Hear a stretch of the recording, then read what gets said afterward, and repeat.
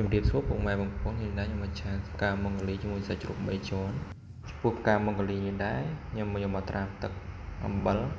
បន្តមកទៀតខ្ញុំយកមកស្រុះទឹកក្តៅបែបផ្កាម៉ុងហ្គាលីយើងទន់ល្អ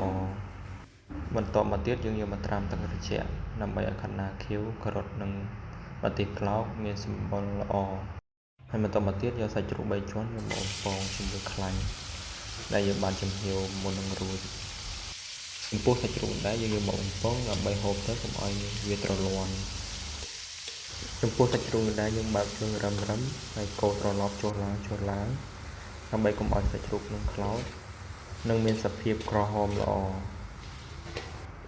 ចំពោះសាច់ជ្រូកដែលយើងបំពងបានក្រហមហើយយើងគៀសទុកម្ដុំបន្ទាប់មកទៀតយើងចាក់ខ្ទឹមសនិងម្ទេសក្រហមចូលរួចបំពងខ្ទឹមសជាមួយខ្លាញ់ឲ្យបានឡើងក្រហម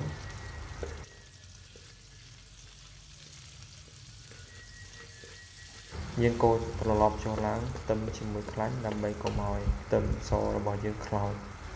រួចបើកភ្លើងទៅតាមបរិមាណខ្ទឹមដែលយើងបំពង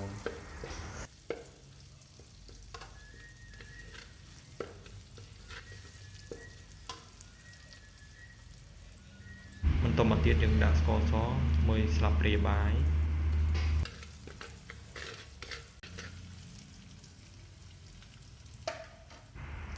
ដាក់ប្រេងខ្យង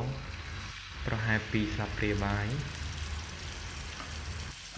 ប្រេងខ្យងនេះដែរបងប្អូនអាចដាក់ច្រើនបន្តិចក៏បានទៅតាមចំណង់ចិត្តរបស់បងប្អូន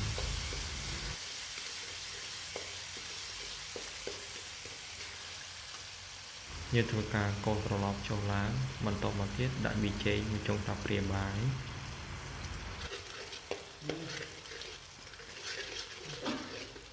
បន្ទាប់មកកូរត្រឡប់សាច់ជាមួយគ្រឿងដែលយើងបានរំលីងរួច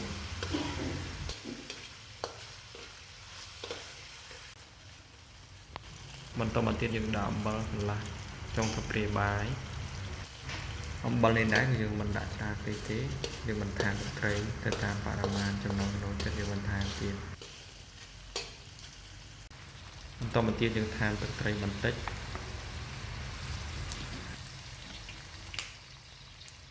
រួចកូរត្រឡប់សាច់ចុះឡើងនិងថែមម្រេចចូលកូរត្រឡប់គ្រឿងដែលយើងបានដាក់ចូលឲ្យសាច់និងគ្រឿងបានចូលជាតិគ្នាល្អ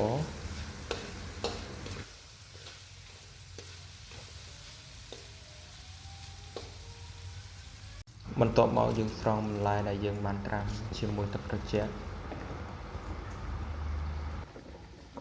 រួចទុកឲ្យស្រស់ទឹកបន្តិច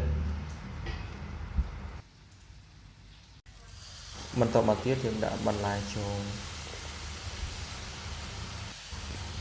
កូរត្រឡប់បន្លែជាមួយសាច់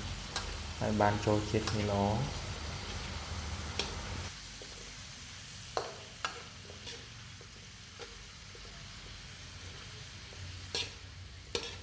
បន្ទាប់មកថែមទឹកទៅតាមបរិមាណចំណង់ចិត្តរបស់បងប្អូនរួចរំងាស់ទុកប្រហែល3នាទី